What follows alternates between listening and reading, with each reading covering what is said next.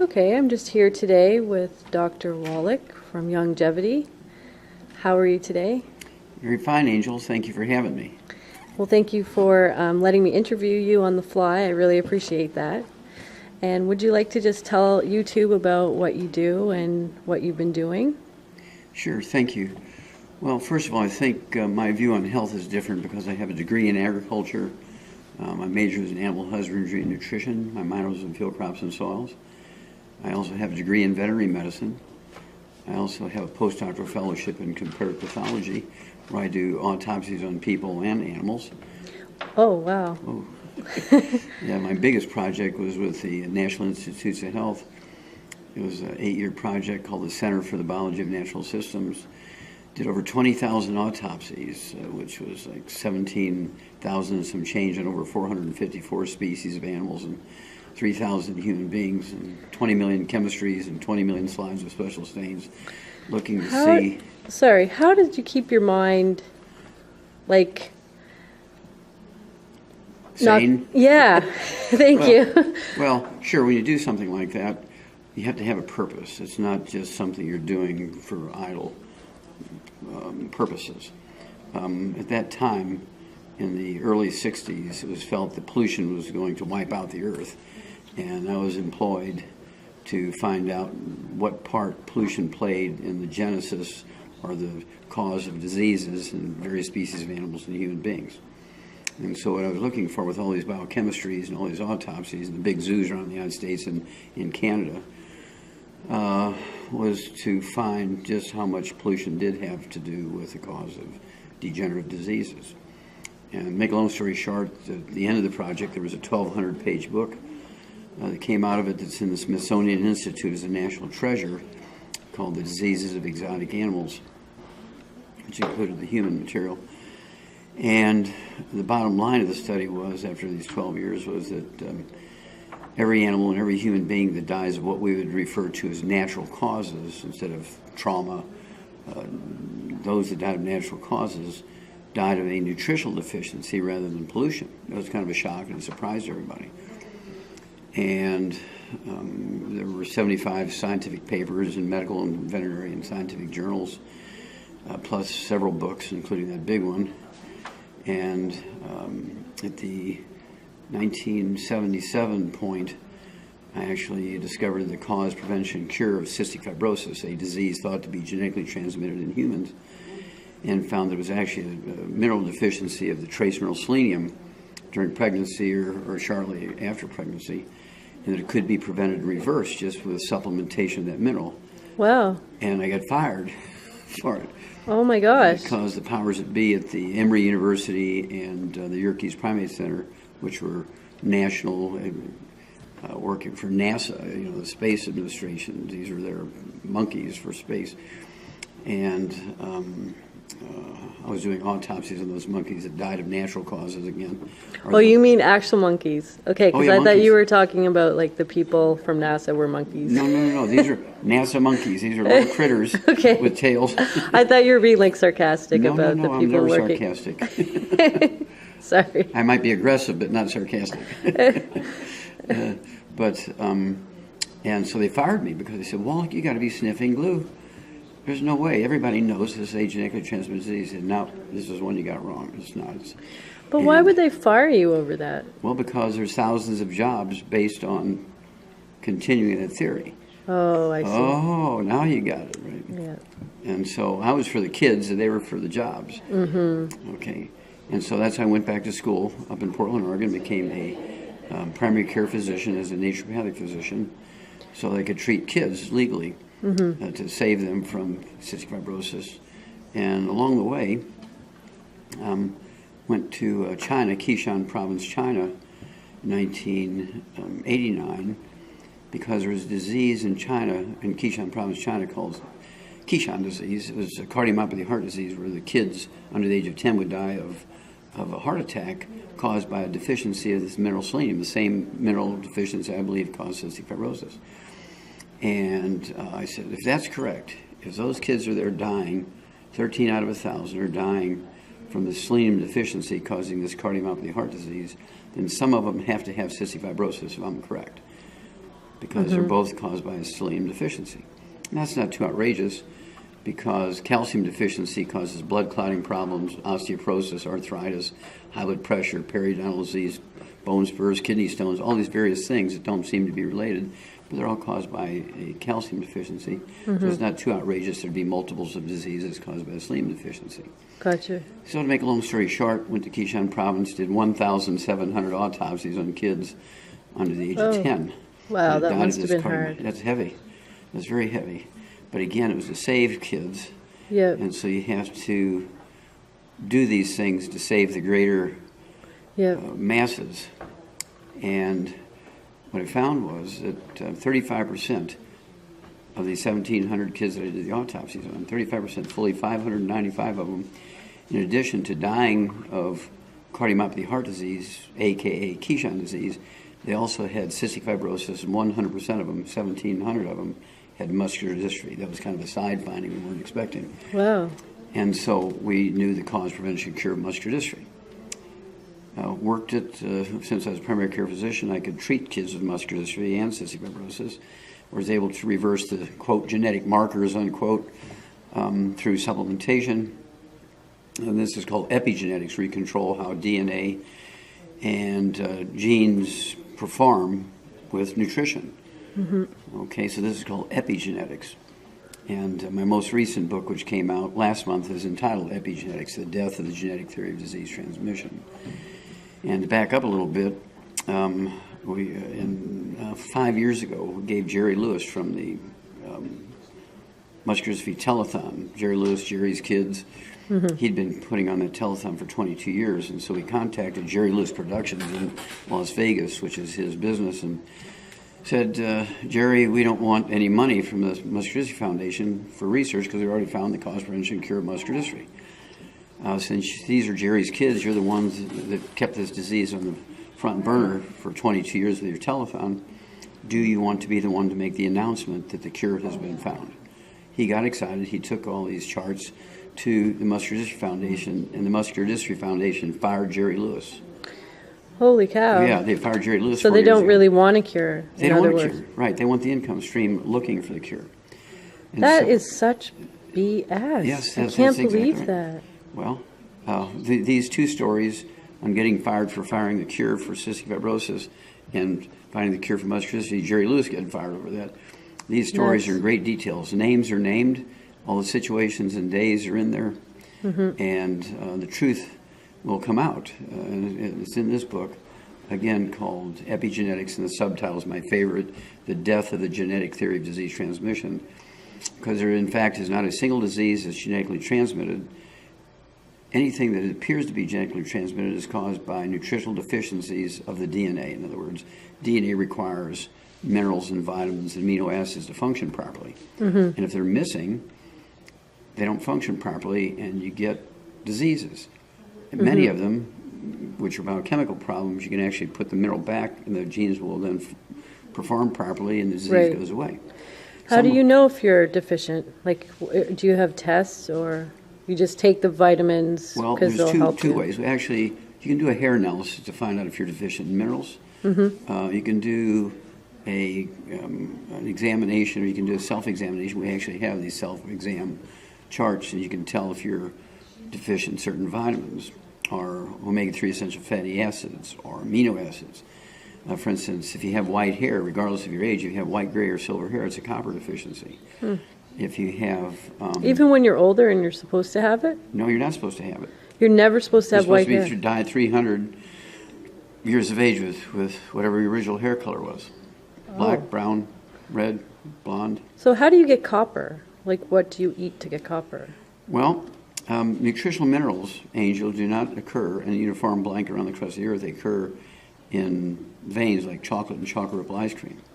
Okay. And this is why there's some people on earth that live to be 120. Yes. And people who do exactly the same thing, eat the same foods, farm the same way, maybe 1,000 miles away, all die in their 40s. And that's because the people who die in their 40s don't have any minerals naturally in their soil. Gotcha. Whereas the ones who live to be 120 do. Okay? So how do the ones who live to be 40 live to be 120? They have to supplement with all these 90 essential nutrients. Yep. 60 minerals, 16 vitamins, 12 essential amino acids, 3 essential fatty acids. And instead of hoping and praying that it's in the food, people say to me, well, I eat well, why do I have so many diseases? Well, that's because your plants only need 3 minerals and we need 60. And so if there's only 3 minerals in the soil, the plant is happy. Yep. And so you eat this happy plant, which only has 3 minerals, you're only going to get 3 minerals from it. Yep. If you're 1,000 miles away and you're eating happy plants that have 60 minerals in it, you're getting 60 minerals. You're going to be healthier and live longer.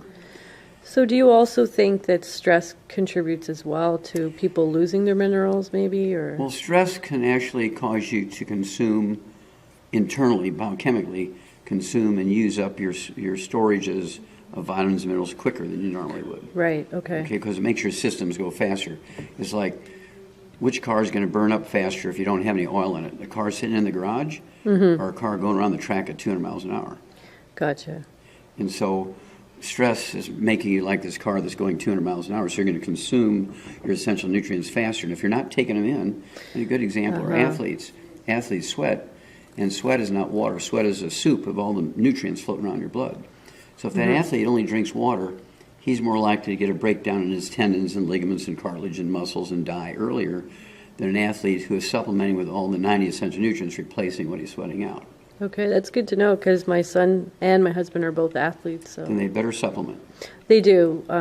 They supplement a lot. Yeah, you have to. And, Yep. and there's a tragic picture of a young man here in the club where he's only 21 years old and he was a champion rower here in this rowing club. And he's 21 years old and he died in his sleep the night after he had a big race. Right. Well, he died of one of these cardiomyopathy heart attacks where I did the autopsies on 1,700 kids. This is very typical. They'll die that night or even die during the race. They say, well, he was in such good shape. He just exercised all the time. Well, he sweat out all his nutrients. Yes. He's only drinking water or maybe tea or maybe one of these sports drinks that have 2 nutrients in it. Yeah, those sports drinks are horrible. Yeah, and so we came up with a sports drink called Rebound that has 100 nutrients in it. And so we actually have professional teams of all sports, and we have Olympic teams of all sports and individual athletes who, from every sport, including hockey, Yes. rugby, and soccer, and a lot of Canadian sports, who use our programs because they don't break down like people who just drink water or these other sports drinks. Yeah, we drink the Vega drinks. They have plant-based essential minerals and yeah, not the Gatorade or Powerade or anything like that. We stay away from that because it's all full of sugar and. Gatorade has 2 minerals, Yeah. and Powerade has 6. Okay, Our Rebound has 77. that's amazing. Do you know what Vega has? Have you heard of No, Vega? I have to read the label. Yeah. I'd be happy to read the label. And so, what do you do to have fun? What do I do to have fun? Get interviewed by people named Angel. Okay. But I meet new people all over the place, and You fly 300 days a year. Well, no, I don't fly that often, but I fly maybe 175 days out of the year because some places I'll stay for 3 or 4 crazy. days. Have a central location, go out and have meetings. But Do you find that hard on your body, like being up in the air and No. coming back down, or No. does it hurt your ears? No. No. In 2 months' time, I'll turn 75. I'll be 75. Wow, in 2 you months. don't look 75. Thank you. Most people think I'm about 50. 40 or Yeah, some people think I'm late 40s, mid 50s. Yeah.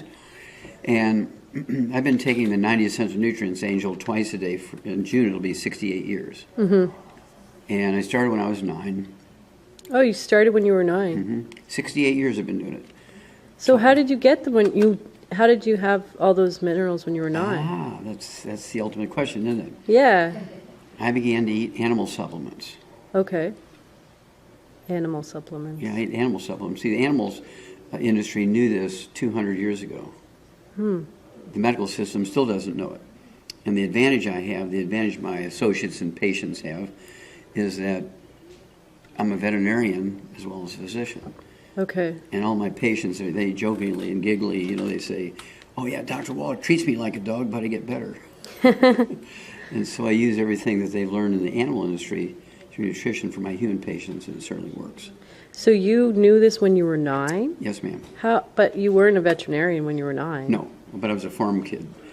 and I had Okay. access to Oh, I these things. see. Yeah, I grew up on a farm, and I had what would today be called Tourette's syndrome Okay. when I was 4, and it got progressively worse and worse and worse. By the time I was 9 years old, 5 years into this thing, I was so bad with my facial cramps and grunting and making funny noises and things that all my friends thought I was possessed by the devil. Oh. Truly, they thought, oh, that Wallach, he's possessed. Don't hang around with him. And to make a long story short, my mom took me to an eye doctor named Mary Jane Skeffington. I'll never forget her name. She was kind of a sweet, grandmotherly lady, and she said, well, I can't find anything wrong with him, but he's got long eyelashes, and I believe they're hitting his glasses, curling around, tickling his eyeballs, and that's causing all this. And I'm 9 years old, I'm saying, nah. Then he no, she's way off there. So I said, okay, what do you propose we do about this? And she says, well, here's a Maybelline eyelash brush, and I want you to retrain your eyelashes. I'm starting to play team sports. I said, yeah, these guys will rip my arms off and beat me to death with my own arm. I'm using Maybelline eyelash brush. Make I'm sitting on the believe. bench. And so the next day at school, I went to the library and got a nurse's handbook and went through an index and couldn't find eyelid twitches and long eyelashes. Couldn't find that kind of stuff. So I just started in the A's and went down through the index until I got to cramps. And since I was playing sports, I knew the term cramps. And so I said, well, maybe it's a facial cramp. And when I went to the page it said to look at, and it said calcium deficiency. And I'm thinking, well, before the bus would pick me up to go to school, I had chores to feed the calves and big bags of alfalfa pellets with vitamins and minerals in it. And I remember reading the analysis label, and it said protein and carbohydrates and fats and fiber and vitamin A and this B vitamin. You knew all this when you were 9 years Yes, ma'am. old? Calcium. And so calcium, there it is. And so when I went home that day, I started eating handfuls of those pellets. The next morning, I threw the Cheerios out to the chickens. I put pellets in my cereal bowl and put milk with the pellets. My mom started to stop me. My dad said, no, maybe he's on to something. Let him do it. Oh, that's good. Yeah. And within 3 days, the Tourette's syndrome went away. Holy cow. So I knew when I was 9 that nutrition could have a dynamic, positive effect on health problems that doctors didn't know anything about. That is freaking amazing. Yeah, so that's what got me going. That's amazing. Wow. So do you eat a lot of sprouts and stuff like that? Or do you mostly just supplement? Do you eat raw food, for I example? supplement my supplements with food. Okay. I take the 90 essential nutrients twice a day for a 200-pound man. I take a full dose at breakfast and full dose at dinner. You're not 200 pounds. No, but I'm 155 pounds, but I dose for 200. Oh, I see. So I take a little extra. And I do avoid bad things. I very obsessively avoid bad things like fried foods and Yes. oils and even olive oil and coconut oil, things that would oxidize and turn into trans fatty acids. Oh, you avoid coconut I oil. avoid it like the plague because I it will heard it was supposed oxidize. Oh. Well, people who say olive oil is good and coconut oil is good also thought the earth was flat and the sun rotated around the earth. So I do oil pulling, so that's probably a bad thing then. Yeah, I'd be very careful with oils. Now, if you get a coconut and you eat it, it's very good. Yes, But even apple juice is full of oxidized oils. Because apples are loaded with oil. Most people don't realize it, but apples are loaded with oils. So apple juice is the most Okay. dangerous thing for your baby.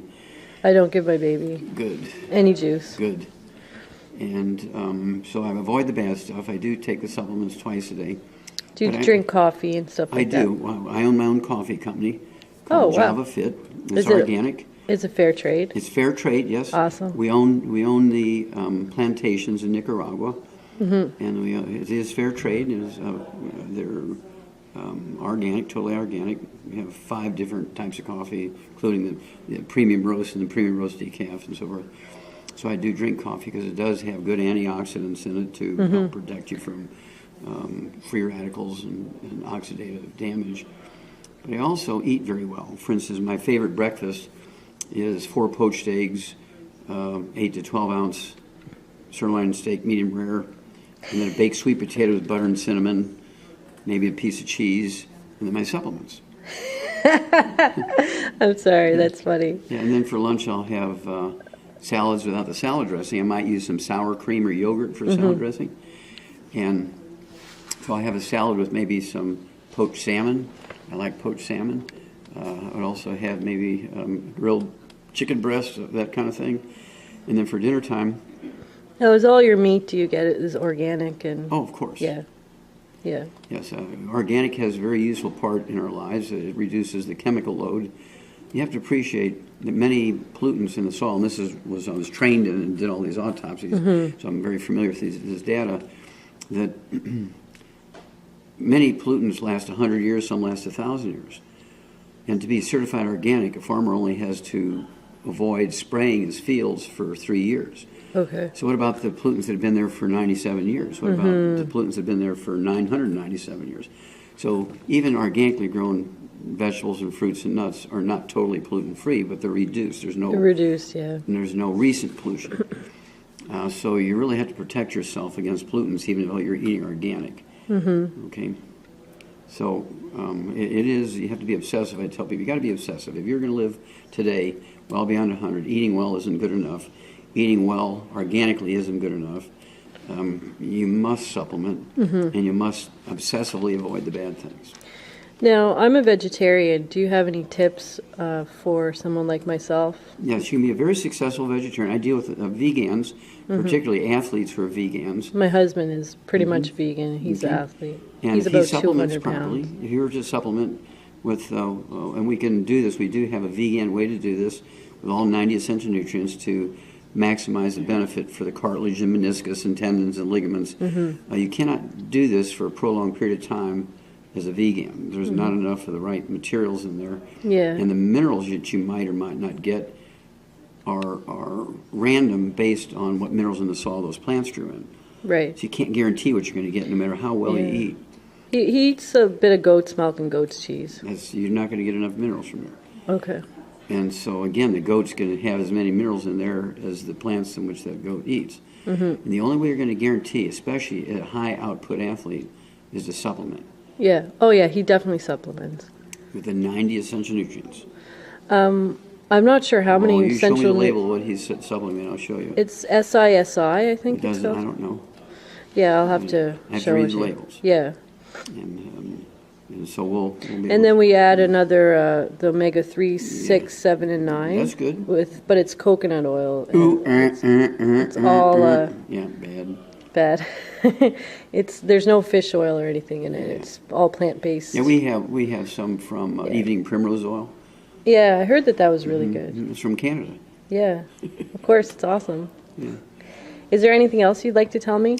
Well, I think basically, regardless of how one eats, whether you eat meat or you're a vegan or you're a vegetarian or you're a ovo-lacto-vegetarian, or you're ovo-lacto-pisco-vegetarian, or you're ovo-lacto-pisco-pollo vegetarian, or you're a vegan, it doesn't matter. If you supplement properly, you can be successful.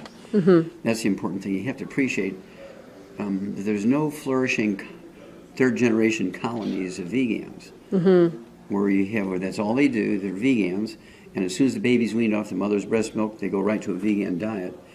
And then as they grow up, they have babies, and when they're weaned off the mother's breast milk, they immediately go to a vegan diet. There's no third-generation flourishing vegan colonies.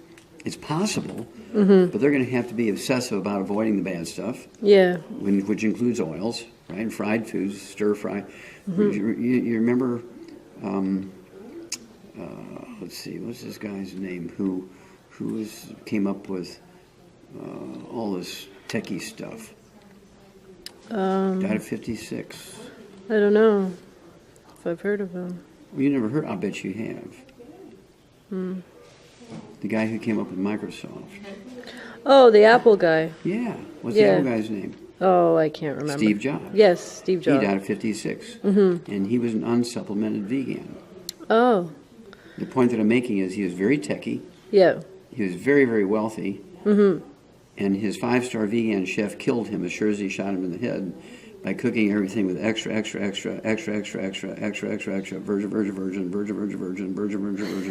olive oil and coconut oil. Okay. Gave him pancreatic cancer. Wow, I really thought coconut oil was good for you. Well, that's what they say. Not to cook with. But who are they? Yeah, who are they, really? That's true. So it's actually bad for you. Yes. In fact, I learned that back in the 1970s. I was working with the cystic fibrosis kids because the pediatricians who were dealing with cystic fibrosis kids, as these kids would lose weight, they were prone to lots of infections and things would die before they were 12 years old. And they very simple-mindedly thought that we could just keep these kids having some more weight if they would just keep their weight on. And they gave the entire cystic fibrosis community coconut oil. Killed them all. Wow. What about coconut water? Well, it depends on how much coconut oil is in it. Okay.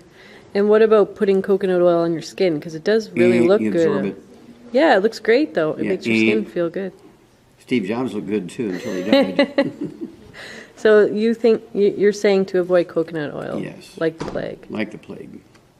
Okay. We'll That's see. great. That's We'll do a that's survey. awesome. We'll do a survey in 10 years and find out the average age of people who died, those that used coconut oil internally and externally, and those that didn't. Mm-hmm. That's been going around a lot on Facebook to use it, like from so many sources. The benefits It's probably of our enemies telling us to use it. it could be true, and making it seem natural. Well, it is natural, Yeah, I don't know. but so is running over the cliff if you're a buffalo. I was just following the leader. What is your necklace? Oh, this is the Wheel of Life, of course, and this was given to me by one of the Ute brands in the Ute bands in Utah for saving one of their holy men. Oh, He had terrible type 2 diabetes and was 400 pounds, extremely overweight, and got him to lose his weight, got rid of his diabetes, and so as a gesture of thanks, they gave me this Wheel of Life, and so I cherish it. The only time I take it off is when I take a shower. it's beautiful. Yes, it is. I just so cherish this. Nice. Awesome. Well, thank you so much for letting me do this interview. Well, thank you, Angel. You're a perfect hostess, and I appreciate you. Thanks.